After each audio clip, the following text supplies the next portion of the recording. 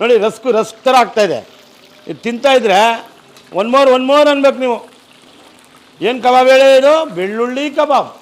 ಇದಕ್ಕೆ ಮಸಾಲೆ ರೆಡಿ ಮಾಡ್ಕೊಳ್ಳೋಣ. ಗೆಡ್ಡೆ ಬೆಳ್ಳುಳ್ಳಿನ ಹಾಕೊಳ್ತಾ ಇದ್ದೀನಿ. ನಾನು ಒಂದು ಅರ್ಧ ಇಂಚಿನಷ್ಟು ಶುಂಠಿಯನ್ನು ಕೂಡ ಕಟ್ ಮಾಡ್ಕೊಂಡು ಹಾಕೊಳ್ತಾ ಇದ್ದೀನಿ. ಹಾಗೆ ಒಂದು 2 ಇಂಚಿನಷ್ಟು ಚಕ್ಕೆ, ಒಂದು 4 ರಿಂದ 5 ಲವಂಗ, 6 ಹಸಿಮೆಣಸಿನಕಾಯಿ. ನಿಮ್ಮ ಖಾರಕ್ಕೆ ಎಷ್ಟು, ನಾನು ಒಂದು 6 ಹಾಕೊಂಡಿದ್ದೀನಿ. ನಮ್ಮ 6 ಕಡ್ಡಿ ಕರಿಬೇವನ್ನು ಕೂಡ ನಾನು ಇಲ್ಲಿ ಸೇರಿಸ್ಕೊಳ್ತಾ ಇದ್ದೀನಿ. ಕೋರ್ಸ್ ತರ ಪೇಸ್ಟ್ ಮಾಡ್ಕೊಂಡ್ ಬರಬೇಕು.